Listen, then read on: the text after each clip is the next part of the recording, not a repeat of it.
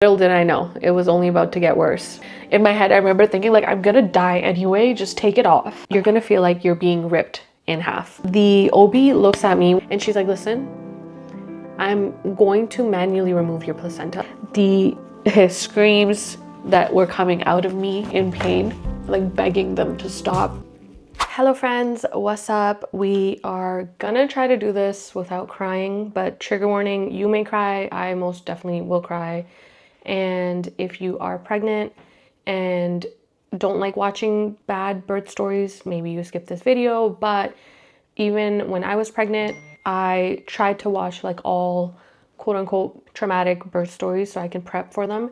And none of the stories had anything about what I went through. So I thought I would share it.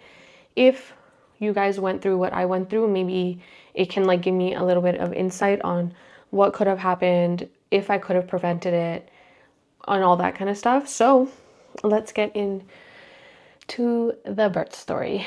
This actually was my little hospital makeup kit. I never touched it, but I want to take all the stuff out, so I'm going to use it now. So if you've been keeping up with my vlogs on YouTube, you would know that like I was feeling pretty good leading up to when I gave birth. Even the night before, I had a midwife appointment, and even my midwife was like, yeah, I feel like it's gonna be some time, like another week or so before you go into labor. We were actually discussing induction at exactly 40 weeks and a few days because I had gestational diabetes when I was pregnant, and I just didn't want it to go too far, you know, just to be safe. So literally the next day I woke up in the morning, I went to my parents' house for breakfast, and we had an omelet. Everything was completely normal. And then right after I ate, all of a sudden I felt like, TMI, if there's any boys here or even women that don't like TMI stuff, just click out now because there's gonna be more TMI than just this. But randomly, I just felt like I had to like go poop. So I ran to the bathroom and then nothing happened. And then I walked out, and right when I was walking back to the kitchen, I felt like I had to poop again. So then I went back to the bathroom. And then like slowly I'm realizing like this is not exactly like number 2 pain. It's just, it was kind of like starting in the back, feeling like I have to go to the bathroom, and then wrapping around. Once again, if you haven't seen the vlog, I posted it with like the contractions that I was feeling right before we went to the hospital. Oh, here comes another one. Oof. So my contractions started at around 12 p.m., 12:15 p.m. And right away I started tracking them and timing them. But I don't know about you guys. So for me, what I was told is that if you have daytime labor, ignore your daytime labor, because especially for first-time moms, daytime labor can come and go sporadically, like 15 minutes apart each contraction or whatever. And she's like, they had told me, and the midwives had told me to like have a game plan of how I'm gonna ignore daytime labor. So when it started, I was kind of like gaslighting myself, but I did time them just to have a good kind of idea of what was happening. And at 12:15, I actually still have the screenshot. My contractions, as soon as they started, after I had breakfast, they were 3 minutes apart as soon as I started. And they were lasting about like 40 seconds, 45 seconds, 39 seconds. And once again, I was gaslighting myself because I was told daytime labor, you ignore. And I was also told first-time moms are in that early stage of labor for like at least like, you know, overnight. So like 10 hours or whatever. So I was ignoring it, but then I'm timing them. And then some of them are 2 minutes apart. Some of them are back to back. So it would like kind of get to the peak of the contraction, and I would think it's going away, and then it would go back up. So I called my sister-in-law, my brother's wife, and she was in actually New York for a work trip. So I called her, and as I'm talking to her, I'm having contractions on the phone, and I just can't talk. I can't breathe. I can't talk during these contractions. And in my first mom brain, I'm thinking like, this is just early labor. Like, I have to ignore it. I'm telling her too, I'm like, no, Sana, I have to ignore this. Long story short, my sister-in-law told me to call the midwife because she's like, this is like labor. You need to call because most likely it's time to go to the hospital. Mind you, it's only been an hour since I started feeling the first contraction. Anyways, I call my midwife and I describe everything to her. And she basically says like, listen, if you want an epidural, it sounds like you need to just meet me at the hospital instead of me coming to the house to see what's going on.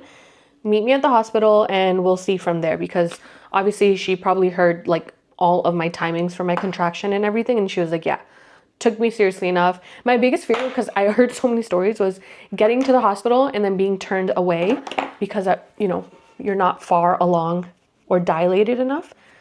So we got to the hospital. Luckily, it was pretty close by from my parents' house. And this is your sign if you're like even 38 weeks, I was 39 weeks, to put everything in your car, all your baby stuff, because everything was at my house. Nothing was in my husband's car. And we kept just like putting it off because I was so like 100% thought that I was going to go into labor at 40 weeks or later. You know what I mean? Because I was just didn't feel any cramping, any kind of nothing, no pre-labor pain that everyone talks about or all that stuff, you know? So anyways, everything was at my house. So we sent my dad to go get the suitcase and everything at my house. The baby's crying. And my brother, my husband, and my mom took me to the hospital and we got admitted. And by the time I got to the hospital, I was 4.5 centimeters dilated. So within 2 hours, guys, we got to the hospital at 2:30 and I was already 4.5 centimeters dilated.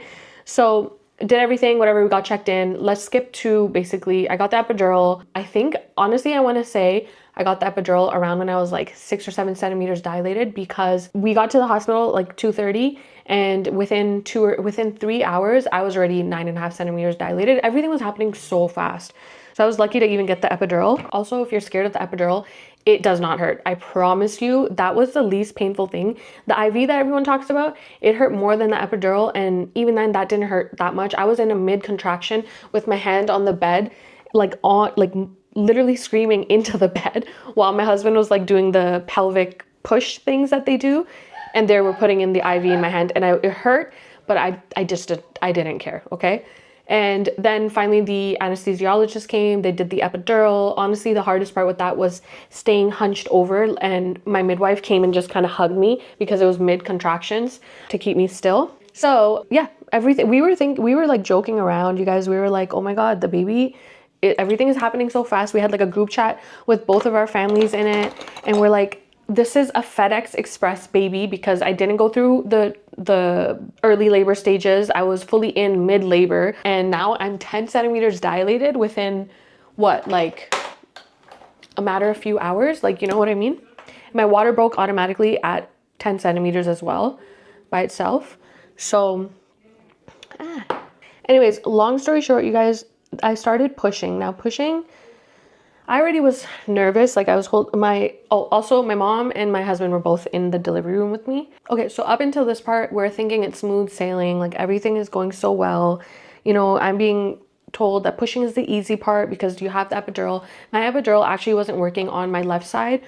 So they propped my right side up to kind of have the medication or whatever go down.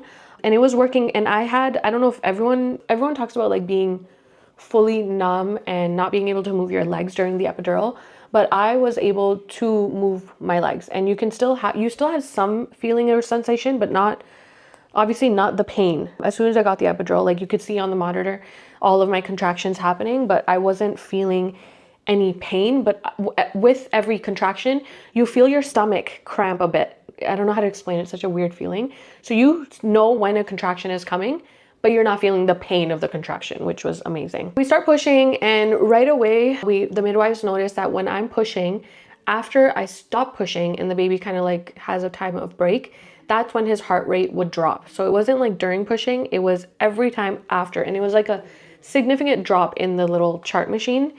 So they wanted an OB to come, and this is why I wanted to do midwives, but at a hospital, because if there's intervention needed, it's right there at your fingertips, and you know, they'll come and check you out. So the midwives got the OB to come in after a few pushes just because they weren't really like happy with how the baby was responding. The OB came in and she had me push a few times or for one contraction, and she was like, you know what, I see that the baby heart rate is going down, but he is also recovering pretty fast. So why don't you try to push a little bit more? And if not, then we'll have to do some intervention just to like make sure that he's safely delivered. And with that, I was like, okay, but like what would that be? And she said most likely forceps or vacuum. Mind you guys, I had no idea what forceps were. I did not look into what forceps were. I saw some videos talking about I saw one girl talking about delivery with forceps, but she like skimmed over it. She just said it and then she continued with her birth story. So I didn't like look into it. and I feel like I should have. So I discussed it with my, obviously, like the midwives, my mom. We all just said like whatever is safe for the baby, we're gonna do that. Long story short, kept trying to push, and nothing was, the baby's heart rate was still like not good. So the OB comes and she says, okay, we're gonna do this, and we're gonna do this with forceps, and we're gonna make sure that the baby is out fast and safe. I obviously am pretty much numb, but you can feel movement. You can feel movement, you can feel tugging, you can feel pulling. And by now it's like, like 10 o'clock or something. It's like many hours later. So anyways, my husband's by my side. My mom, she's like stressed. So she's like in the back. I don't really see her. Also, trigger warning, this is going to be pretty graphic. I would suggest just check out now because it's about to get really bad really fast, okay? So the forceps are inserted, and my midwife, before the forceps were inserted, I was like, I'm nervous, I'm scared. I also started crying because I felt like, ooh, I don't want to cry. You just feel like a failure, right? Oh my God. I don't want to cry. You know what I mean? So anyways, they gave me like a little bit of pep talk, and the midwife looked at me and she was like, listen, you won't feel pain, but you're going to feel like you're being ripped in half. And I don't know if it was like, I don't know what it was. I think I was like disassociating too. And in my head, I remember thinking like, yeah, okay, I'm going to feel like that, but I have the epidural. Like, I'm fine. You know what I mean? So anyways, forceps go in. They tell me contractions coming. Let's push. I pushed and she started pulling, and the amount of force that is needed with forceps, I was not prepared for it. It felt like if you put your foot against the bed and you're yanking something, that's what was happening to me. And I felt like I was going to be pulled off the bed. And even my husband, he's saying like, when he describes it, he's like, I literally thought that you were just going to be pulled off the bed. That's how much force it was. And I think because I was so shocked with what that feeling was, it literally felt like a car had one leg and the car on this side had the other leg, and I was just being like torn apart. So I think I stopped pushing in that contraction because I was so taken aback with the feeling. And then so right after that, she took out the forceps, and then I felt snipping, and I heard my husband be like, what are you doing? What are you doing? Like, stop, what are you doing? And he basically saw her take out scissors, and she was giving me, I think it's just an episiotomy. She was cutting me because she needed more room for the baby to come out and for the forceps to go in. And at that point, I was starting to feel so flustered that I told him, I'm like, let her do what she needs to do. It's fine. Like, get this baby out. And also by now we had other doctors coming in. I didn't even know. I just knew what was happening in front of me. The next contraction comes, and I decided, I'm like, I don't want to feel like I'm being ripped apart. So this contraction, now that I know what it feels like, I'm going to push as hard as I've ever can. Like, just push. And we pushed. The baby came out, and I had my eyes shut. I was still pushing when the baby came out, and everyone's like, open your eyes, open your eyes, open your eyes. And then they laid him on top of me, and I'm still in shock. We have videos of this. Obviously, I'm not going to post the videos, but I'm still in shock. And I'm like looking at my mom, looking at my husband. We're all looking at each other like he's here and he's alive. Alhamdulillah, he wasn't hurt. He was breathing. He cried right away. You know, they were like doing the rub thing on him. And I was like, wow, the hard part is done and the baby's here. Little did I know, it was only about to get worse. So after that, we had just enough time for my husband to do the azan, like while the baby is on my chest on both sides. And during this, by the way, if you guys don't know how a placenta is delivered, look that up too, okay? Because I don't know why nobody talks about it, or maybe we skim over that part because usually you're so in love and busy with your baby that you don't realize what's happening, but I was realizing it. And essentially it's like they're doing like a massage situation on your belly like this, and trying to pull push the placenta out of you.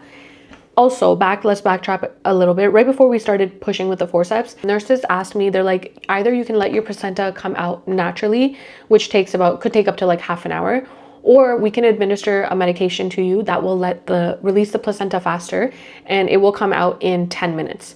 And I was like, give me the meds, because as soon as this placenta is out, I'm done trying to give birth and I'm going to focus on my baby, healing, all that, you know? So they actually administered me that medication that's supposed to release your placenta out of you faster. But unfortunately, this is what I'm talking about when I said in the beginning, like, I had no birth story that I've watched, traumatic birth story that I watched, talks about what happened to me. This is now, we're on 20 or 30 minutes of her trying to manually like massage the placenta out of me, and it's painful, you guys. Also, by this time, my epidural has finished. The epidural is worn off because they were not expecting what happened to happen, so they didn't ask the anesthesiologist to come in and give me more. And as she's doing this, I'm realizing like it's really painful, but whatever, it's normal. And they're not really telling us what's happening because they're trying to obviously stay calm. But at one point, within maybe like 20 minutes or something after delivery, the OB says like, maybe it's time for dad to do skin to skin. And normally skin to skin is on the mom for like a whole hour and then passed on to the dad. So right there, I kind of felt like something was wrong because they were like, they don't take the baby from the mom unless it's absolutely necessary.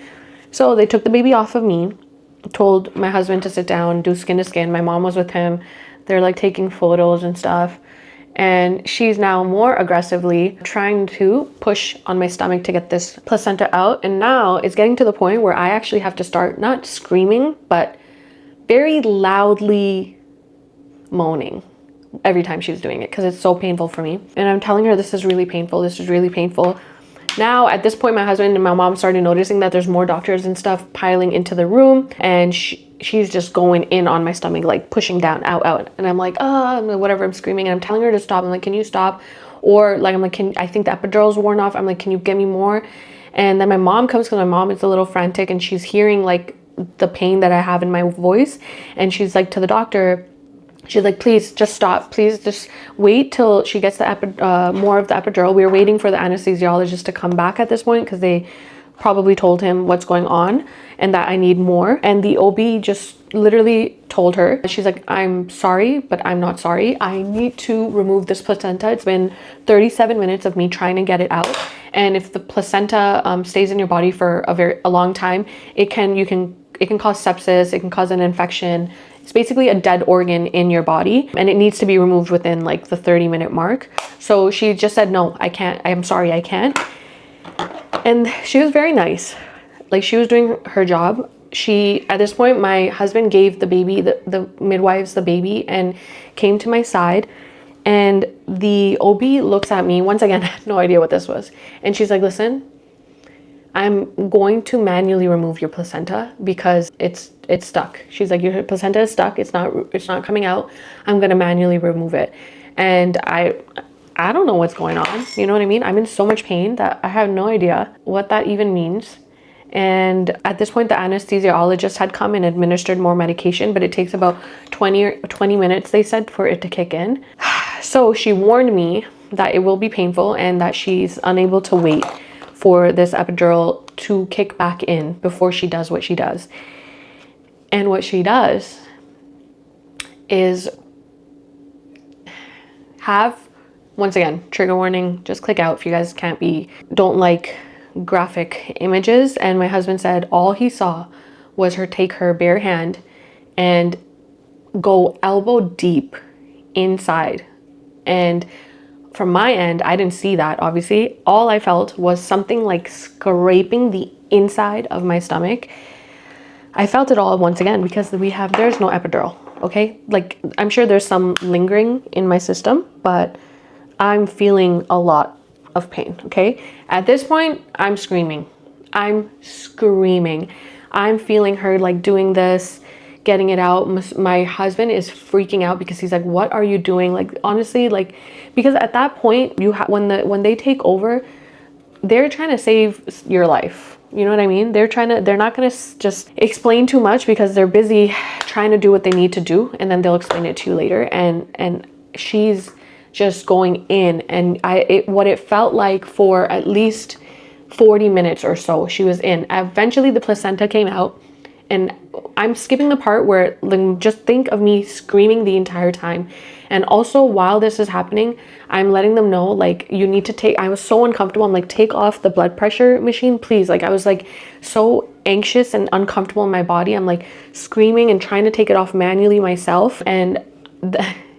At one point, I just started vomiting from the pain.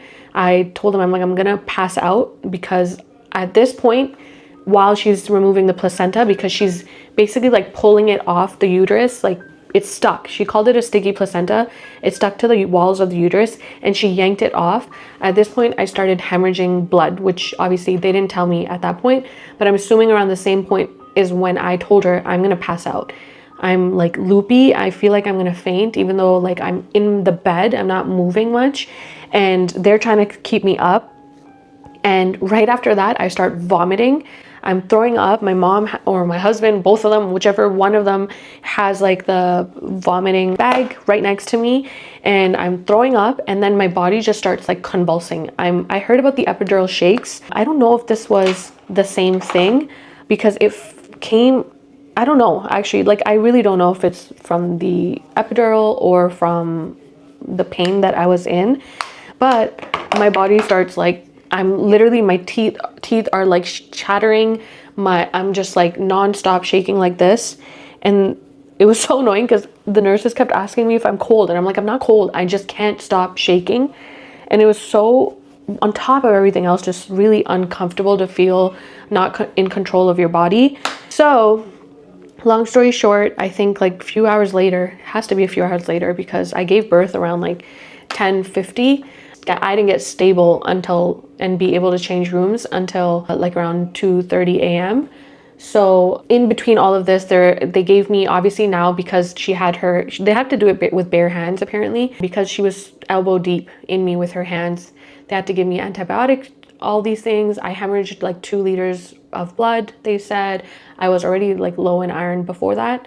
And they administered me all of the fluids, everything, obviously, to get me stable. Then on top of all of that, I have a fever now that they're also trying to monitor and manage. In between all of this, mind you, the baby is healthy, alhamdulillah. He is with the nurses, and then the nurses are also pulling my husband and my mom, like usually mostly my husband, to the side. I had colostrum syringes that I brought to the hospital that he was able to feed the baby. And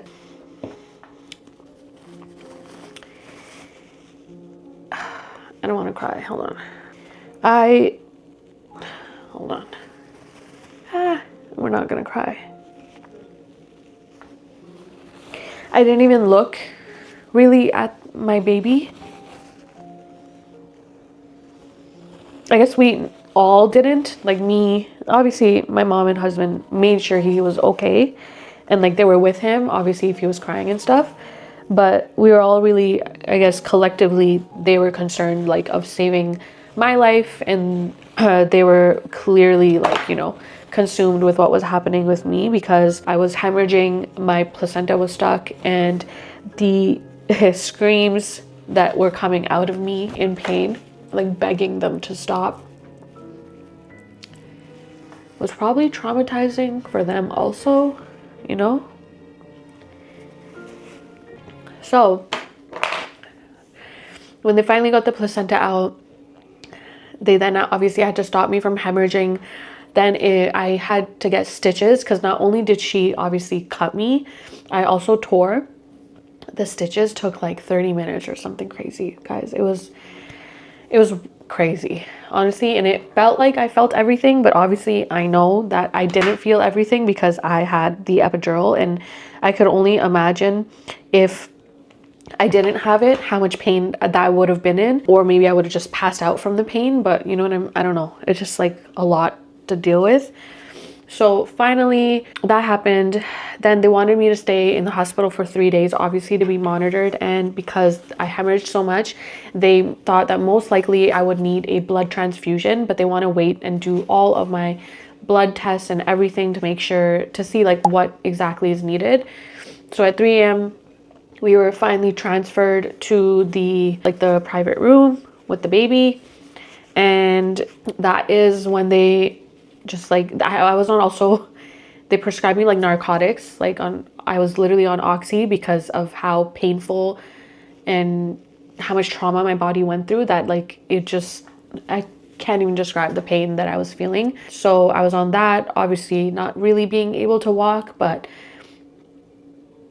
just you know, being wheelchaired out, and then I get to my room, and then finally my mom, only one person's allowed to stay overnight, so my husband stayed obviously overnight with me, my mom, and left around like 3 a.m. and I was able to just lay there and finally turn over, and my baby was in the bassinet.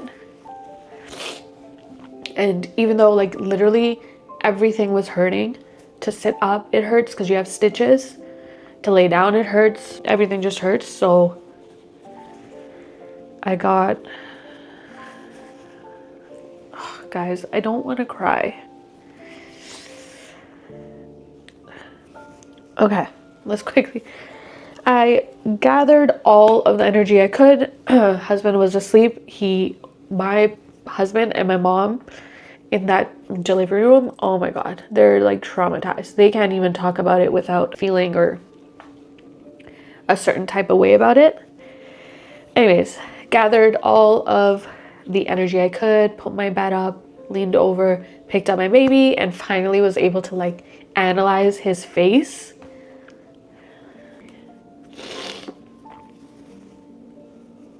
To be honest, like when I was telling them to take the cuffs off and everything, could have just been like me being dramatic, but like the blood pressure cuff and stuff, and they were like fighting me saying no, we have to track it. I literally, in my head, I remember thinking like, I'm gonna die anyway, just take it off, you know? So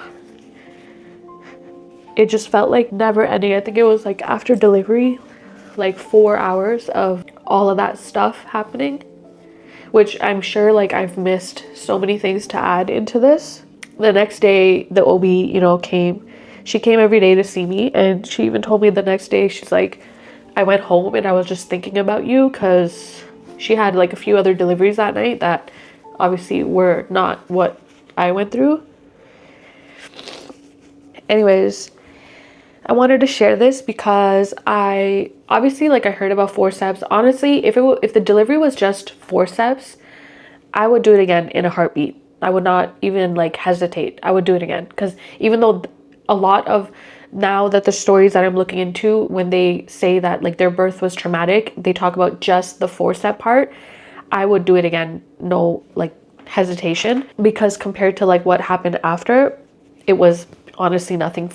But I think where my traumas or confusion is coming from is like I had all three things happen to me. So I needed the forceps delivery, and then I had a sticky placenta is what they keep calling it, and a manual removal of my placenta, which I never heard of at all. In all my 9 months of the pregnancy, that videos and stories I was watching, I didn't see even one talk about a stuck placenta and a manual removal of a placenta. Had no idea that was even a thing. And then obviously hemorrhaging right after, the 2 liters of blood, which I heard about the hemorrhaging. I saw stories of people hemorrhaging, and that was in itself traumatic for them.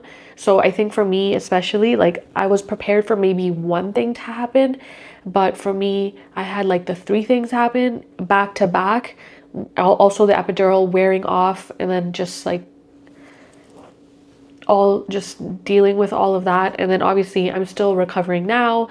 I'm just thankful that I'm recovering okay, and I'm also thankful that the baby, he just came out healthy, alhamdulillah. Like there's no complaints in that. But yeah, I don't know, that's my birth story. This, even though it's a little too early, obviously this scares me for my next children, because I wanted to actually have children fairly back to back. I wanted to have, you know, but it was all going to depend on how this delivery went. And the OB did say that because I had this stuck placenta, it most likely will happen again. And so it leaves me a little confused on and scared of the next time. And if I just like schedule a C-section for the next time and not have to deal with forceps or manual removal of a placenta, because who the hell wants to go through that even one time, let alone 2-3 times, depending on how many kids you have. Also, when we get pregnant again, imagine how anxious and stressed I'm going to be going into that delivery room, not knowing if what happened this time is going to happen again. So if anyone out there had a sticky placenta, or I don't know, went through exactly what I went through, it would be nice to know, to help process, I guess. They do want me to talk to like a birth trauma specialist because of the amount of trauma that I went through. So I think I will most likely do that. But yeah, that's it.